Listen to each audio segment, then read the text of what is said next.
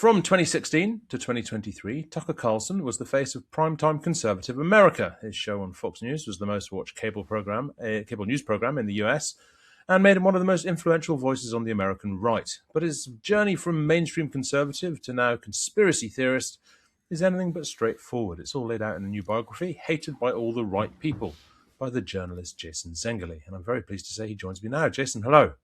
Hi, how are you? I'm good. Thanks for being with us. How big and important a figure is Tucker Carlson in American politics today? I think he's one of the, three or four most prominent Maga conservatives in the country. He definitely is someone who has the ear of the president. He's probably even more influential with the vice president. And then, his viewers and his listeners take a lot of their cues from him. And I think that you shouldn't think of him so much as a podcaster as much as he's a movement leader at this point. And I think that's the way he operates more than a media figure. There are those who say he's not really a conservative at all. Indeed, he's not really a political figure at all. He's more of a troll. Is that fair? Yes and no. I think that is fair, but I think that's what a large segment of American politics is these days. I think trolling has become a very important part of conservatism. And I think conservatism in the United States these days, I think it's really impossible to separate from Donald Trump and MAGA. And it's not conservatism as we would have recognized it 10 years ago, but it is conservatism as we would have recognized it, maybe a century ago. And I think it's very hard to disentangle it or separate it out from Donald Trump and the MAGA movement. From a young age, Carlson seemed to enjoy shocking people. Tell us a bit about that. He's always been a contrarian that runs through his entire career and his entire life. I mean, when he was in prep school, there was a school assembly. It was a predominantly white prep school, and there was a school assembly in which one of the few black students was talking about a recent incident that had happened in New York City, where an older black woman had been killed by police when they were trying to evict her from her apartment. And I think the black student asked a rhetorical question: does anybody think this was justified? And Tucker raised his hand. He's sort of had that contrarian streak. I mean, looking at that act today, at the time, no one thought that was really racist. They thought it was just Tucker being Tucker. I think maybe given sort of subsequent events, I think maybe you can look at that thing a little bit differently. But yes, he's just someone who likes to take the position that will make people uncomfortable. How privileged was his upbringing? It was quite privileged, right? It was privileged, yeah. It was privileged, but it was also slightly difficult. I mean, his mother came from a very wealthy family, but then his parents divorced when he was 6 or 7. And then his father ended up winning custody for him. His mother had a drug problem, and he never saw his mother again after he was 8 years old. And then when his mother died years later, she left him and his little brother only $1 each in her will. His father remarried another heiress. And I think Tucker was wealthy, but I think the family fortune had been depleted a bit by the time he came along. And it was sort of outward appearances, it was a privileged upbringing, but I think inside the family it was difficult. He didn't have a mother around. So, I mean, like a lot of people in the UK, and perhaps like quite a lot of Americans as well, I first came across him when he had that infamous clash with Jon Stewart on Crossfire. How important was that to both the perception of him, but also to who he would later become? I think it was very important. I mean, I think it's impossible to separate out the Stewart episode from the war in Iraq. And I think both of those things had a profound impact on him. I mean, Stewart's critique of cable news, which he delivered on Crossfire, the show that Tucker hosted on CNN, and wound up giving such a convincing critique that the CNN president subsequently canceled the show and said, "I agree with Jon Stewart."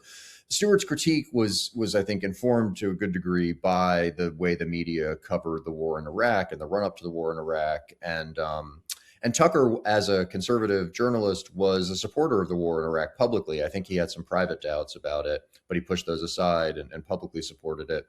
But then very soon after the war started and he realized how terrible it was going, he disavowed his support. And he was actually one of the first conservative pundits in the United States to disavow his support. And I think more than just doing that, he actually, I think, really wrestled with what he had gotten wrong and why he had gotten it wrong, and sort of reevaluated all of his various priors. And the Stewart episode was humiliating for him. It was a huge professional setback. He basically lost his job because of it. at the same time, he was going through this ideological transformation. And I think both of those things have, without either of those, I don't think you see the Tucker Carlson that we see today. I mean, the Stewart criticism, it wasn't just of the media and the show, it was also of him. It was very personal. I remember... Yes, no, exactly. That, yeah. There's the exchange where he says to Stewart, "You're funnier on your show," and he says, "You're just as much of a dick on your show." And at the time, watching it, he looks like a man who minds that. He looks upset by it. And it's very hard to square that with the kind of bulletproof person he seems to turn into. I think that was tough. Also, I mean, there's a studio audience in the show, and they're cheering for Stewart when he calls Tucker a dick. I mean, I can't imagine a more publicly humiliating experience as a television host than that. And yeah, you're right. He looks like he does mind it. And he always afterwards would always say, it didn't bother me, I didn't care. But the degree to which he talked about it, it seems like it certainly did. And I think that, as much as being upset about, the way Jon Stewart talked to him, I think he was very upset about the way, his friends and colleagues in the mainstream media responded, which was basically, I think they privately supported him and, tried to buck him up. But I also think they didn't publicly defend him. They didn't say Jon Stewart was wrong. And I think that planted a seed of resentment that I think is really, metastasized into something else today. So the way he appeared to change after that, both politically on the Iraq War, but also, I guess, when he launched the Daily Caller generally, is this his own politics evolving, or is this him seeing the way the wind is blowing and wanting to get there first? I think it's a mix. I think there was a sincere reevaluation on his part, and honestly, an admirable reevaluation on his part. I think so many pundits who got Iraq wrong just kind of moved on to the next thing and never really grappled with it. I think he deserves some credit for actually trying to understand why he made the mistake he did. I think he probably drew the wrong conclusions from it. I think at the Daily Caller, this website he launched, he had pretty noble ambitions for it. He wanted it to be a fact-based publication that, was sober and accurate. He wanted to model it after the New York Times and have it be a conservative version of the New York Times. He discovered very quickly after he launched that there wasn't an audience for that. There was no web traffic for that. And so he started taking the website in the direction where there was traffic. I think that was him sort of going which way the wind was blowing. At the same time, I think that it informed his thinking about politics in such a way that when Donald Trump came around in 2015 and was running for president, and every other conservative pundit was dismissing him and saying this guy has no chance, Tucker recognized that Trump had potential, that there was a lane for a nativist candidate who was going to run on white grievance, and he knew that, I think, because he saw through the website what people were reading. He saw the distance that existed between what American conservative voters actually wanted and what the Republican establishment thought they wanted. And that sort of clued him into Trump's potential in a way that was very important in terms of his own rise inside of Fox News. He was ultimately rewarded for his foresight about Trump by being given his own show. So I think that he was able to take the website in the direction the wind was blowing, but at the same time glean some information from that informed his kind of political judgment and his prognosticator skills. Do you think he was wise, or was he lucky? Because I kind of I could lose count of the number of pundits of various sorts who see adoration for what they do on their own platforms and often fail to understand how little that translates outside their own bubble. And the fact that the Tucker Carlson looked at what his audiences were telling him and extrapolated that out to the rest of America rightly, I wonder if that just shows extraordinary wisdom or extraordinary good fortune. I think it was pretty smart on his part, because I think, in the world in which he lived at the time, which was Washington, D.C. and kind of, elite political and media circles, that view was the view of, the sort of the Daily Caller audience was just dismissed. And, I think even if you're seeing the numbers on the website, it would be very easy to go along with all your friends who are saying, yeah, this is ridiculous. This is a blip. So I actually think it did take some insight on his part. What was his relationship like with Trump? What is his relationship like with Trump? Because although he was a supporter, he was never close to him. No, well, not during the first presidency. He, during Trump's first presidency, Tucker definitely, I think, was weirded out by Trump, to be honest. Trump would call him after his show, and I think Tucker thought that the president of the United States really should be doing more important things than watching cable news and calling cable news hosts. And unlike the other Fox hosts, like he didn't go to the Oval Office, for off-air chats. He didn't talk to him on the phone very much for off-air chats. He was very supportive of Trump's policies and backed those on his show, but didn't really buy into the cult of personality around the individual. By the end of Trump's first presidency, Tucker was furious at him. He didn't like the way he handled the pandemic. He didn't think that he cracked down hard enough on the Black Lives Matters protesters. He was angry at him for losing the election. I mean, he thought Trump lost, and he thought it was Trump's fault that he lost. And of course, he didn't agree with Trump's claims that the election had been stolen. Now, I mean, today it couldn't be more opposite. He is attached to Trump at the hip. I mean, when Trump ran for president in 2024, Tucker might as well have been a part of his campaign. He would speak for Trump at rallies. He advised him behind the scenes. He was someone who was very influential in terms of J.D. Vance getting selected as vice president. He helped, staff Trump during the transition. He recommended people for jobs. He goes to the White House today for off-air conversations. He has a number of friends in the administration. His son works for J.D. Vance. He is incredibly close to Trump. And I think Trump likes him. I mean, I think they get along. I think, one thing with Trump is you're never out. You can say the worst things about him, and if you come back and you bend the knee, he'll take you back. And if you're useful to him, and I think he sees Tucker as someone being useful. I mean, Tucker does not always get his way. He has advised Trump on things, and Trump has ignored that advice and gone in the other direction. I think, most prominently the attack on Iran last year. But he's definitely someone who has a seat at the table. And I think he and Trump, as I understand it, at least, like they enjoy each other personally. They're both good, dinner guests with each other. I think J.D. Vance, he has more of a sort of an intellectual kind of bond than maybe he has with Donald Trump.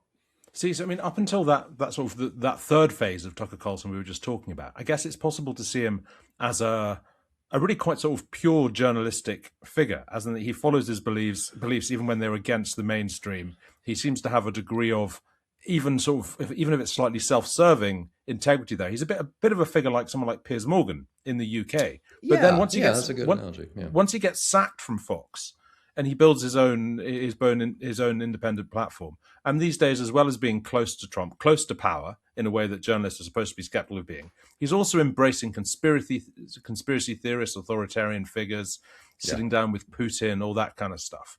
Should we still see that as the same kind of integrity of any sort? I mean, because that just seems to be very opportunistic. I agree. I don't think sitting down with Putin is wrong. I mean, I think any journalist would do an interview with Vladimir Putin if given the opportunity. I mean, it was the way he conducted the interview. He's welcome to come on if he's listening. Yes, I think you would take him. Yeah, you would bump me off right now if you could have Vladimir Putin. It was the way he conducted the interview, right? He just served as sort of a propagandist for Putin. And yes, but that's why I don't think you should think of him as a journalist. I mean, I think they're, I think. I guess he would probably still contend that he's a journalist, but I think even he knows that he's not at this point. And I think he behaves in such a way that I don't think he wants to be a journalist. He wants to be something else at this point. Yeah. Is there a danger for him of leaving the MAGA crowd behind? Because I mean, a lot of the more extreme stuff, the more conspiratorial stuff he platforms, the shooting stuff, all kinds of stuff, really, is sort of even Donald Trump's base isn't into that.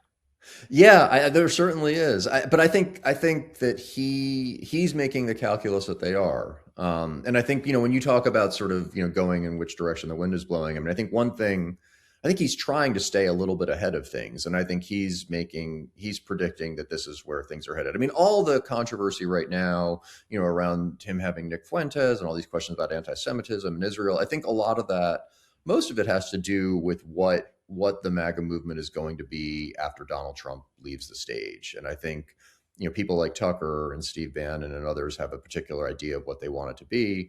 People like Ben Shapiro and people like that, have a different idea. And I think you're seeing that debate play out. But that's why this debate is happening now, because people are getting ready for what comes next. And they want to, make sure that their vision is the one that triumphs. And I think the vision that Tucker is promoting, which, yes, involves these, fairly extreme conspiracy theories and a hefty dose of anti-Semitism and the like, I think that's what he wants the MAGA movement to become. And he thinks that especially among younger conservatives, he thinks that's where the energy is and that's where the support will be. Do you think he has moral qualms? I mean, about things like about the racism, about the anti-Semitism. I mean, because you can, I don't know. Just like I asked earlier on, if he was a troll, one can Yeah. almost, if he's a troll, at least he's just a troll. But if he means it, that's very different. I wonder where he is. I don't know. That's a good question. He certainly seems like he means it when you watch him on his show. He's a good actor if he doesn't mean it. Look, finally, then, what happens to him now? Does he stay this kind of figure, as influential as he's able to be, depending on what's going on in the White House? He's been floated as a presidential candidate? Can you see that happening? Do you think he has ambitions that way? I don't think he has personal ambitions that way. I don't think it's something that, he's been burning to do since he was a kid. I do think that he has a political project and an ideological vision that he wants to see achieved. And I think he has an idea for what the United States should be. And I think that if it came to the point where the only way he could achieve that would be if he ran for president himself, he would do that. But I think he would prefer to have a politician who is in agreement with him and who he can be influential with. I think he'd prefer to have that person do it. I mean, right now that's JD Vance. Like, he and Vance are in ideological lockstep. They're personally close. I mean, the only way I could see him running for president would be one of two things. One, if Vance started to disagree with him and didn't follow his line. I don't think that's likely to happen, at least before 2028. And then the second possibility, and maybe this is more likely, is if Tucker were to conclude that JD Vance just doesn't have the political talent to get elected president. And I don't see that happening before 2028 either. I think he will support JD Vance in 2028. And then let's say Vance loses and no other politician emerges that he thinks either one agrees with him sufficiently or two is talented enough to run for office and win himself. Then I could see him doing it. But I think that's kind of far down the road at this point. Jason Zengerle, thank you very much indeed. The book is Hated by All the Right People, Tucker Carlson and the Unraveling of the Conservative Mind, and it's available now at the timesbookshop.co.uk. Jason, thank you. Thank you.